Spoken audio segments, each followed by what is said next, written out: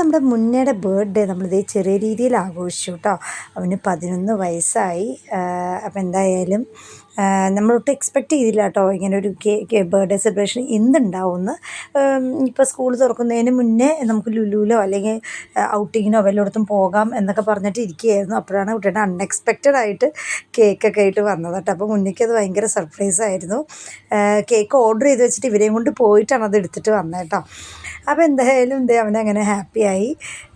എല്ലാവരുടെയും വായിൽ കേക്കൊക്കെ വെച്ച് കൊടുക്കാട്ടെ കാണുന്നത്. ഞാൻ പ്രതീക്ഷിക്കാത്തത് കൊണ്ട് തന്നെ ഞാൻ ഗിഫ്റ്റൊന്നും മേടിച്ചില്ല കേട്ടോ. അതിൻ്റെ ഒരു പരിഭവനുണ്ട്. എന്നാലും ഒരു ഇതൊക്കെ പറഞ്ഞ് ഞാൻ സെറ്റാക്കി വെച്ചിരിക്കുകയാണ് ലുലുവിൽ കൊണ്ടുപോകാമെന്നൊക്കെ. എത്രമാത്രം അത് സക്സസ് ആവും നമുക്ക് കണ്ടറിയാം.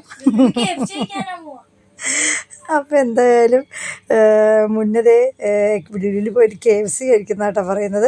അപ്പോൾ അച്ചാച്ചനൊരു ഗോൾഡ് കോയിൻ, ഒരു പുതിയൊരു കോയിൻ കൊടുത്തു കേട്ടോ.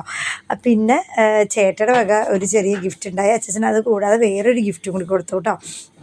അപ്പം നമ്മുടെ നന്നുവിനും മുന്നേക്കാണെങ്കിലും അതെ, അങ്ങനെ വലിയ വലിയ എക്സ്പെക്റ്റേഷനൊന്നുമില്ല, വലിയ വലിയ ആഗ്രഹങ്ങളൊന്നുമില്ല കേട്ടോ.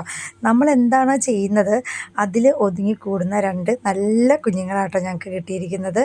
എന്തായാലും ഗോഡ്സ് ഗ്രേസ് ഇതിലും നല്ല ഗംഭീരമായിട്ടുള്ള ഇനിയുള്ള ബർത്ത്ഡേ സെലിബ്രേഷൻസൊക്കെ ആഘോഷിക്കാൻ പറ്റും എന്നുള്ള വിശ്വാസത്തോടെ ബി വിത്ത് 80.